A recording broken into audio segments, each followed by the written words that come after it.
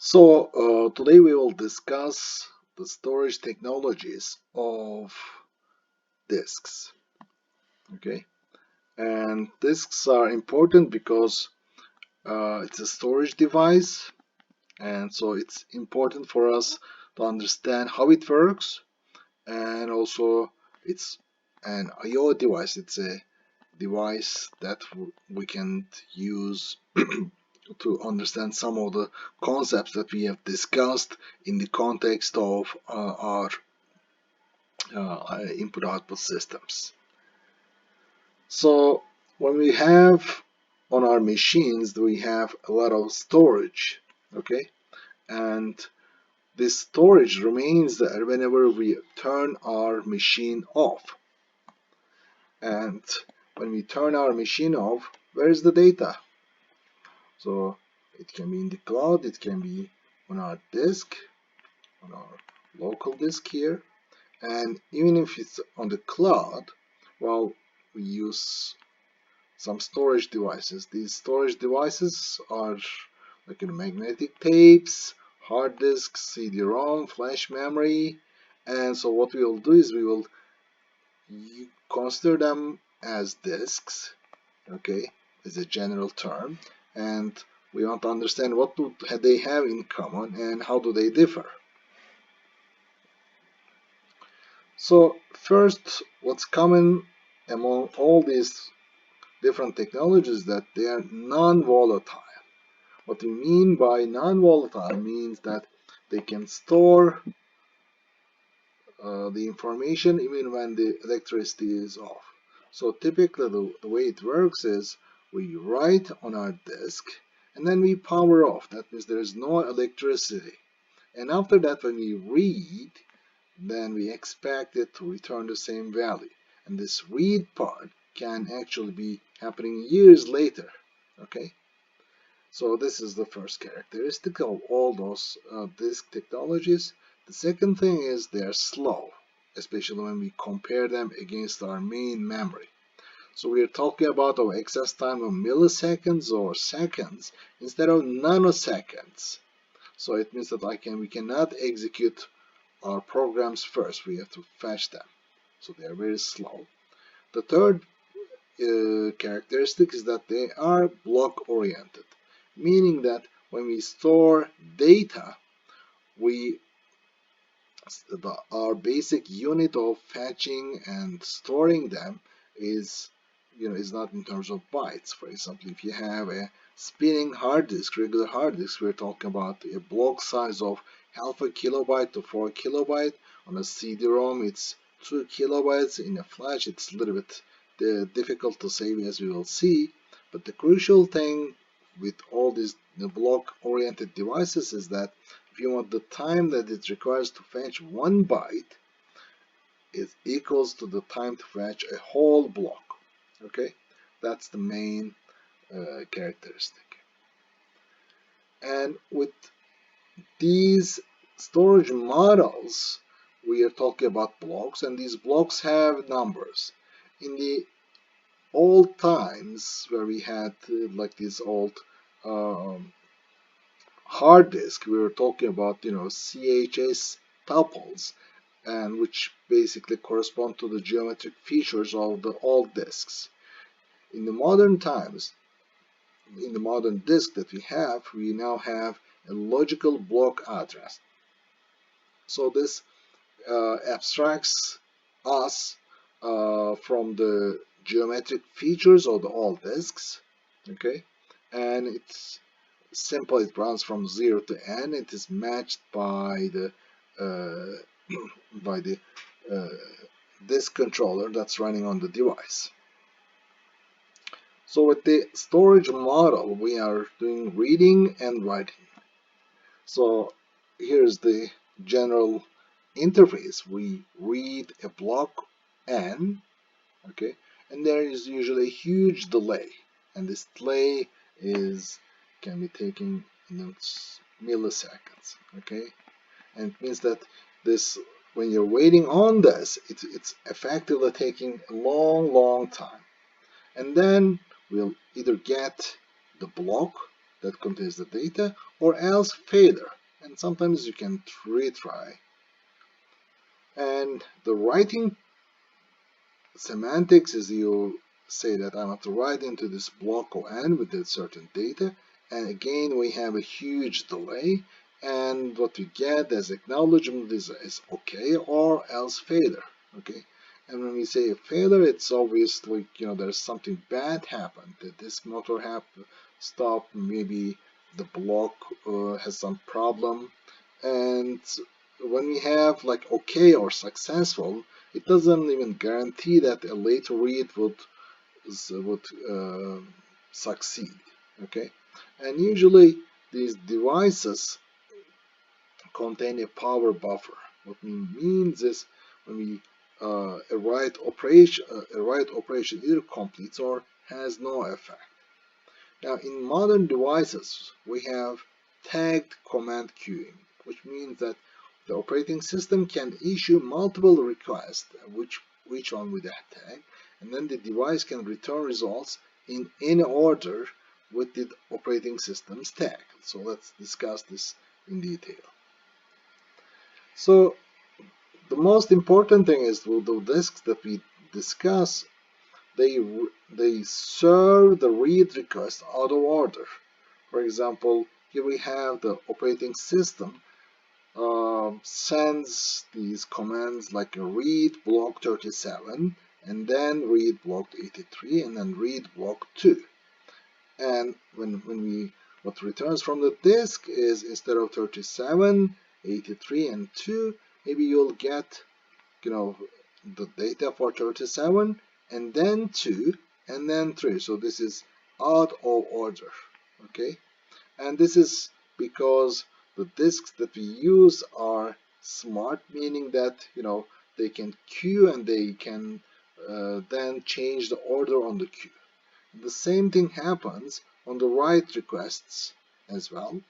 They are processed in an out of order fashion, and we can see that here we have this write 23 along with the data, write 24, block A along with the data, and then write 1000, and then read 48.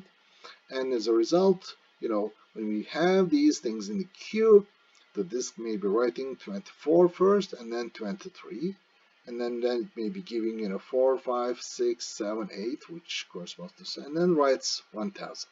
Okay. So you can see that this out of order processing is something that we have to deal with. And you can also note that what if the power fails before the last write, or what if the power fails between the two writes? What does it mean for us? Now, as we will see later in the file systems part, like we have to ensure that the operating system has to ensure that there's data structure integrity. And so there are some special commands. One of them is flush all pending writes, which means that it's telling the disk, like this, since it's modern, and what you do is you can flush the writes for a certain action. And as we will see later, when you have a file system, any small update would request multiple disk access. Okay, so imagine like updating like 1 byte in a file, it may require multiple disk accesses. Okay, and what you want is you may want them like to execute them in some sort of atomic way, either all of them updated at once or one of them is updated. So in the flush all pending writes, then you can use them like to flush all these results. And this is, well, this is available, but it's rarely used by the operating system. And the other option is you can disable the write cache, meaning that don't be so modern. And when I tell you to write on the disk, write it immediately. Okay, so typically what we have on the disk is, here's our disk, okay, physical disk, and typically they have some sort of kind of a cache. Okay, this is a local memory, and then when they receive requests on reading or writing, they imagine, for example, you want to write on a on a block write, say, 5. You write this. When you do this, it will write it into its buffer, and then after some time it will update this. Okay, now before this being updated, if you say write another, like if you want to update, say, the data here, and if it's not written here, then it will be updated in this buffer. Okay, so this can make updating or writing on the concept on the same buffer over and over easy, without it being reflected on this actual disk. Okay, when you do a disable write cache, you're basically telling him that do not write here. When I tell you to write, immediately write on the disk. Okay. So what we will discuss now is we will discuss our hard drive. This is like kind of like you've seen this in previous courses. What are the parts and what's the execution model? I will skip them very fast because you have like this whole thing is covered in previous courses, and this is just a reminder. But what we will focus is we will look at NAND flash memory, and these are the things that are technology that's being used on our SSD disks. And as we will see, we're interested in them because these SSD disks have some interesting properties, like problems like write amplification or wear leveling, and we want to discuss them because the operating system has to work with the disk to make sure that we get a good performance from them. So the anatomy of hard drive, we have seen this in previous courses, and here is some YouTube video that this is from Seagate, and they describe how it works. Really nice. And it's basically you have like these platters here. You can see it in here. Okay, and the information is written or read by read and write heads on this disk arm, which is located in this at the end of this. Okay, so here we have our arm. This is the arm that we do here, and this here we have a coil which basically makes it turn. Now, since this is mechanically moved, it's slow in terms of for computers, meaning that we're talking about milliseconds for acceleration and travel time. And what we have is we have a number of platters. So what we have, like platters are these magnetic disks that we have, and we have multiple of them. Okay, and then we have each of them has a surface, so you can have, like, sometimes it's like it has a surface on top and then maybe on down, and for each of them you have then these read write heads. Okay, here's one, and here's another one in the middle, and here's another one. Okay, and they're all then connected through here, where we have this device that turns them as such. Okay, so here's the anatomy of the drive, and we know that this is a whole platter. Okay, and each surface is split into concentric circles, creating tracks. So this, what we call this one, is a track by itself, and then each of these units that we call them, they are called a sector, and the sector is basically the smallest unit of data to transfer to or from the disk. Okay, and in traditional disks it can be half a kilobyte. In CD-ROMs it can be 2 kilobytes, and later now it's 4 kilobytes. And when we have this sector address, then we have this CHS basically parameters.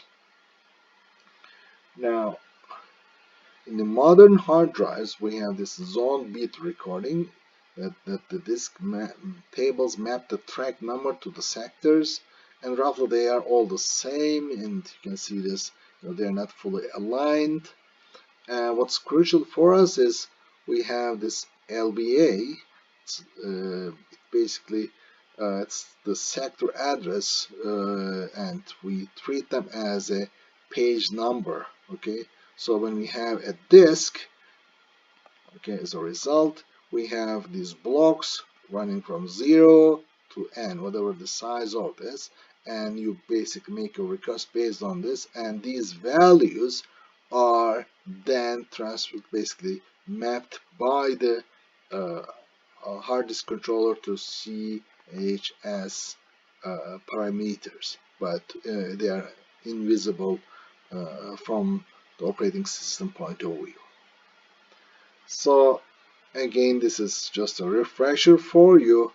In order to transfer a sector, or to read or write, you have to first move the head to the appropriate track, okay, and then wait for this sector spins around. So here we have the first one is called requires a seek time delay, and the second one creates a rotational delay or rotational latency.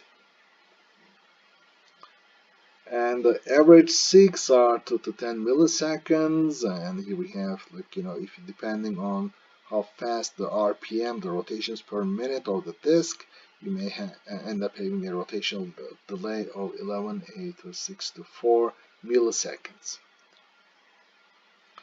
And for each of the sectors, of course, like you can imagine, it involves a lot of real work.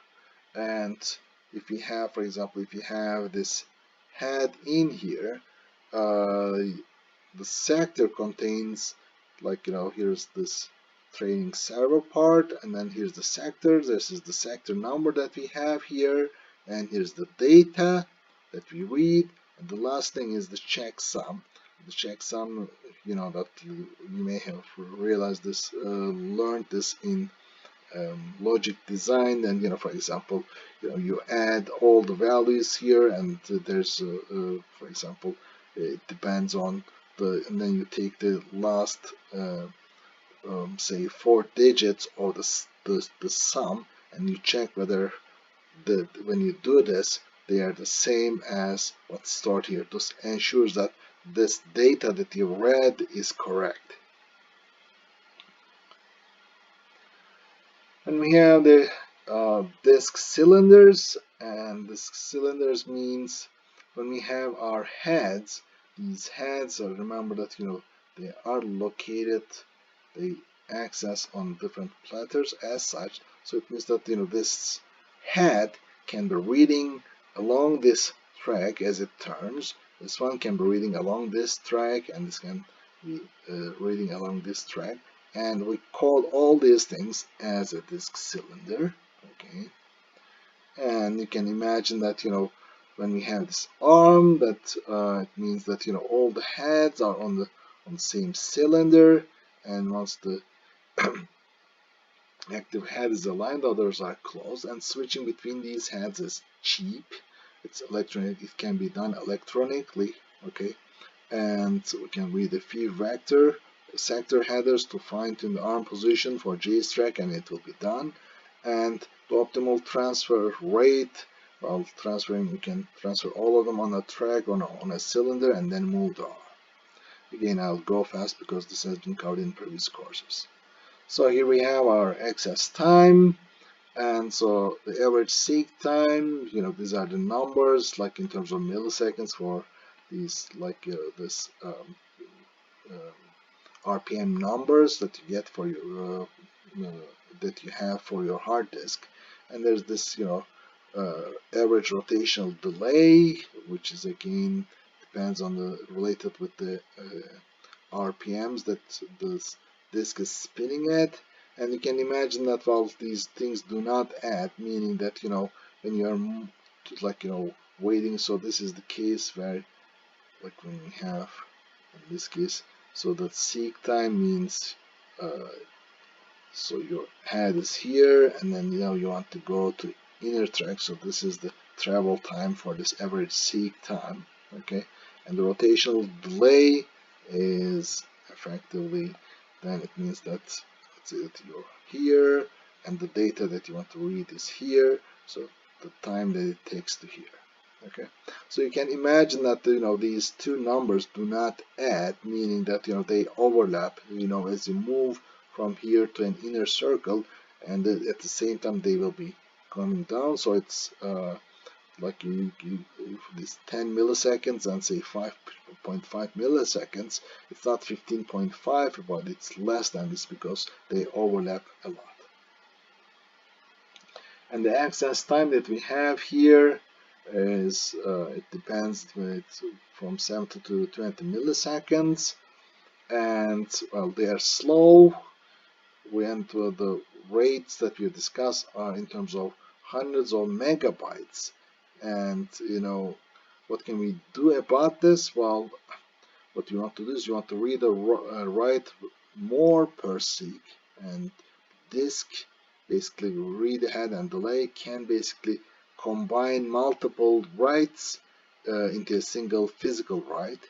And we may say that we should not be seeking so randomly. If you have data, if you're reading consequent data, then we may want to place data near also relevant data, and we will see basically why it happens in the case of file system. We can do some reordering on the request. The operating system can do some kind of a disk scheduling instead of a first in first out, but usually this is handled by the disks, since the smart disk internal schedule this.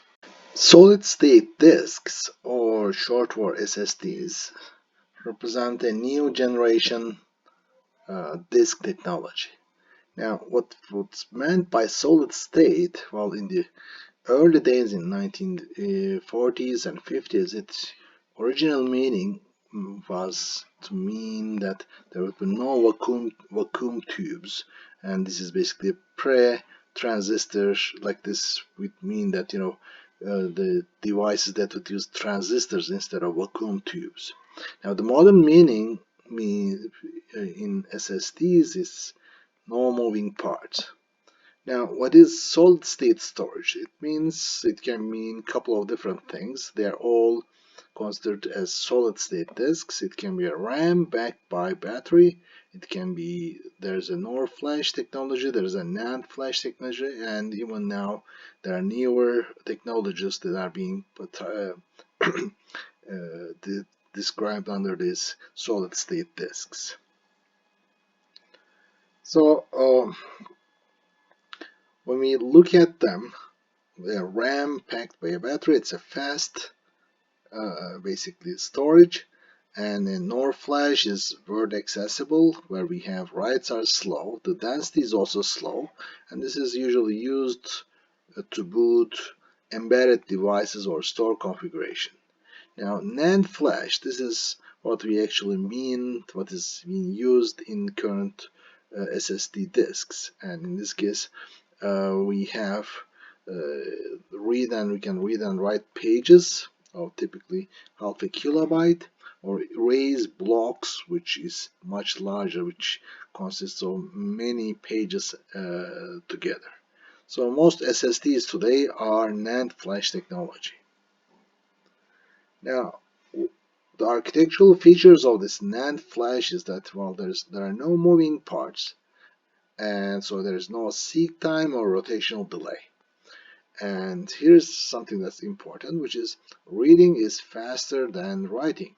Okay, and there's a reason for this. First, when we want to write, there's basically an extra step of erasing. So we have this write and erase, and the constraint is that a blank page can be written once. Okay, but a written page must be erased before rewriting. But pages cannot be individually erased, and erase only works on multi-page blocks, okay, and it is very slow, and it damages the block each time. So it has some interesting implications, this technology, which we'll discuss later, which is called write amplification and wear leveling. So let's understand the concepts of SSD. First, we have the concept of a page. Okay, this corresponds to kind of like the block in this regular disk, but this is, in our case, this is like what we mean by this, something like 512 bytes. Okay, And then we have the concept of a block. A block consists of multiple pages, okay? And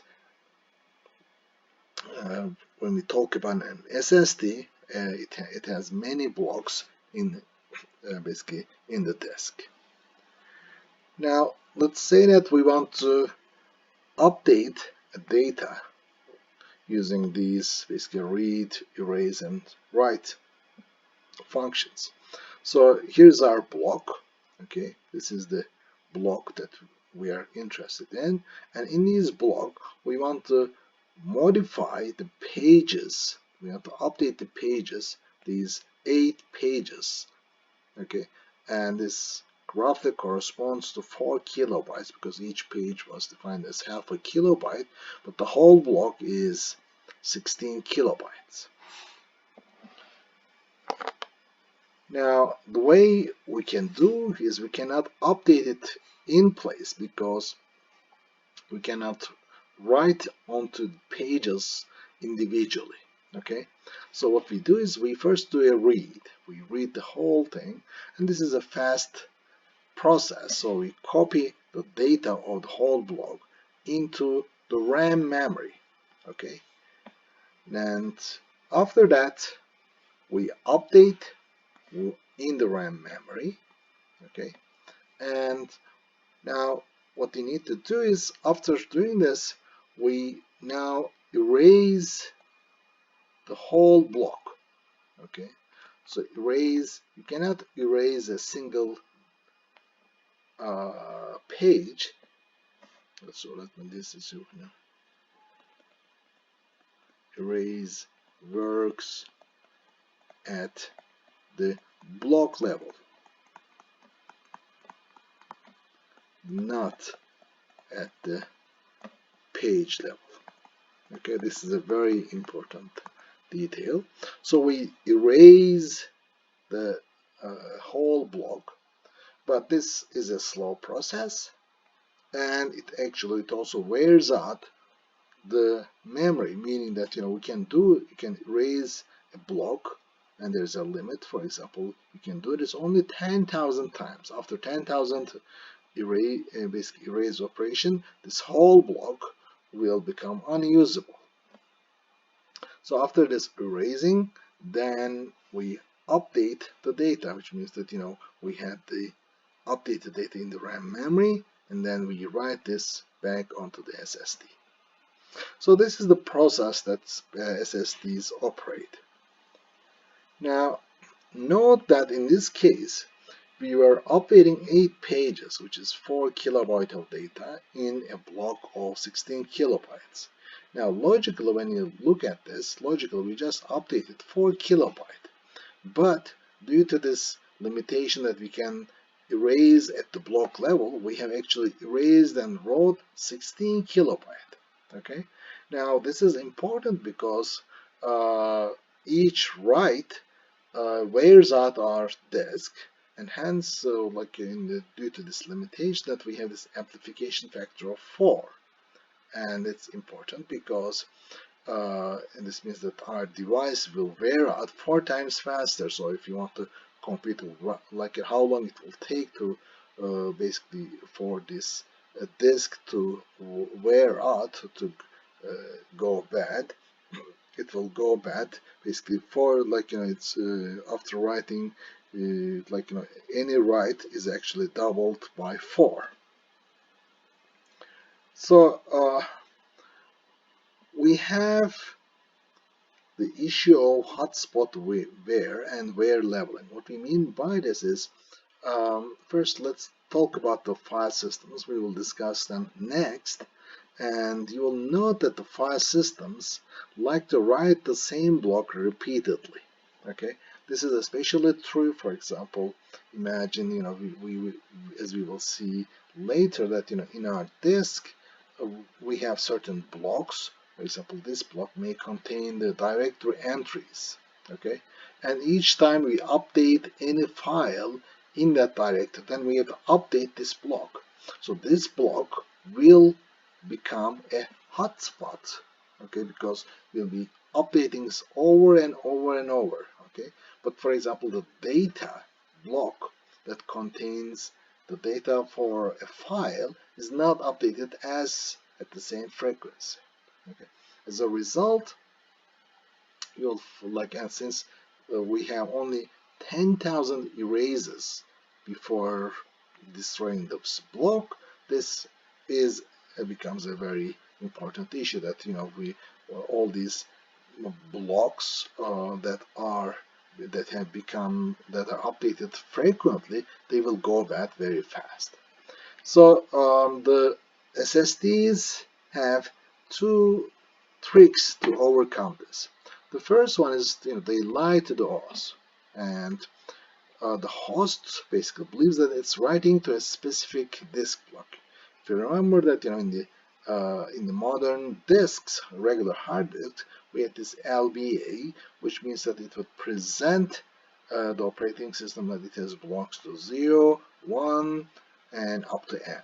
Okay, and so like if you want to, when the operating system wants to write, say block 7, say it says that write onto block 7, but the disk basically secretly remaps the address onto a different actual block, and through this FTL, which is the flash translation layer. Okay, so when the operating system thinks that if it's writing onto block 7, it's actually maybe writing onto some different blocks each time, because the flash translation layer is basically lying to the operating system. And another basically trick that they use is it does over provision, which means that it advertises less space than there really is. So in terms of blocks, you may see when you plug in, you may see that you will have, say, n blocks. Okay, but actually the device, the disk, has m blocks. Okay, so all these things, they are left as extra. It's not visible. So what it does is it uses this spare space, which is here, all these blocks, to replace the worn out blocks, so that over time the operating system does not feel that it's losing disk space. Okay, and so this over provisioning of the blocks, they wear out, and eventually you will find that the device will get slower and then fail. So what we mean by wear leveling means I want to, when I have all these different blocks in my disk, I want all of them to wear at the same rate. So if I have, for example, this is my SSD disk, and these are my blocks. Okay, and each of them, after each write, if you they age. So initially they were all 0, and then after update, maybe it's this was erased by 3 times, this is 4 times, and this is maybe 10 times, and this is, say, 5, then this is 100 times. This is something that we do not want. But through using such tricks and and also this flash translation layer, implementing that, then you want to make sure that no blocks are basically wears out fast. So you want all of them. So this is not a good wearing out. In the wear leveling case, what you want is, due to this translation layer, you want all the blocks instead of 10 and 100, and you will see that they are all around 10, 11, 9, 10 and 11, etc., 12, etc. So this is what we mean by wear leveling. You level, you basically on the number of erasing on each block at the same level. So another issue that's basically to manage this write amplification comes from the fact that a lot of these writes and are coming from this small random writes. Okay, so I've already discussed that when you have your disk here and you have say a block that contains the directory entry which is updated many times, but you update only a piece of this. Okay, and so this is a really bad case because it wears out. So one of the solutions that the disks do is that they again lie to the operating system. What they do is they group multiple small writes into full blocks, and then they write sequentially, basically as such. What we mean by this is, let me see. So here's our. Let me delete this again. Okay.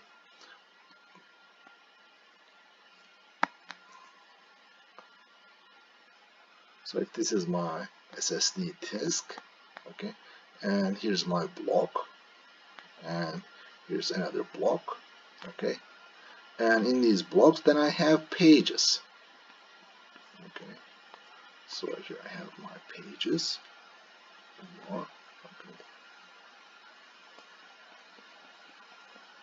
Now imagine that I want to update, say, this page, okay, so I read this, I update it, but instead of writing back, because if I want to write this page back in place, I have to erase this whole block. Okay, and the same is for this one. For this one, maybe I will be updating this one, right? Okay, now in order to do this, writing this as such will take a long time. So maybe I have many of them. Say I have 8 different such pages. So like let's say that this is I was going to write A here, I was going to write B here. So what I do is I have the flash translation layer. Instead of writing them in here, it would write them onto, it would collect them. So it would write A, B, C, D, E, F, G, H. So it would collect them as such and then write onto a completely new block, okay, which is erased, and you write them all at once, okay, and you nullify them, okay. And this is possible because in the SSD you have this flash translation layer.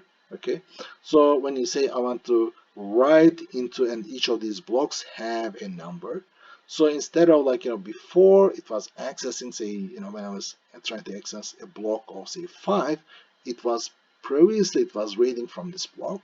Now after this, now it changes and it redirects it to here. Okay, so it's not a problem. So you will have these small holes opening up in your basically blocks.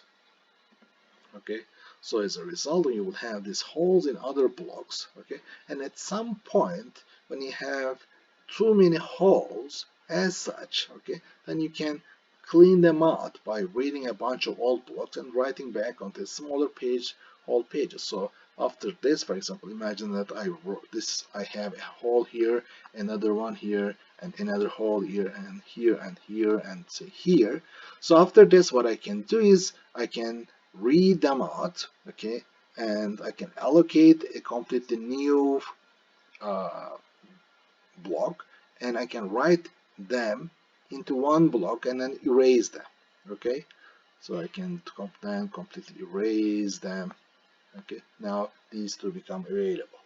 Okay, so the rate of cleaning depends on the amount of unallocated space, and usually the controllers reserve a certain percentage of the hidden space for this purpose.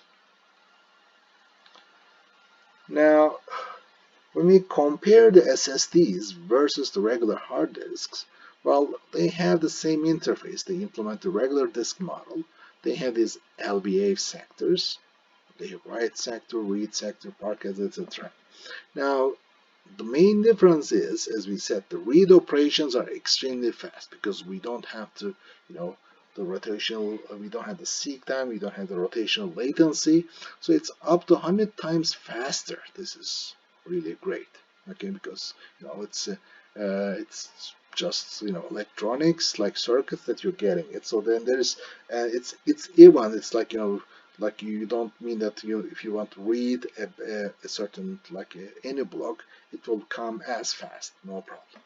But the write operations may vary widely. Okay, it can be 100 times faster, or it might not be faster at all because it depends. Okay, if a write operation can be immediately written on it, it's fine. Otherwise, if it requires some erasing, then it will be very slow. And another advantage is SSDs use less power than actual disk, maybe around 1/5 of the power. They are shock resistant, and the downside, as we said, the writing into an SSD wears it out much faster than a regular disk, and they are expensive.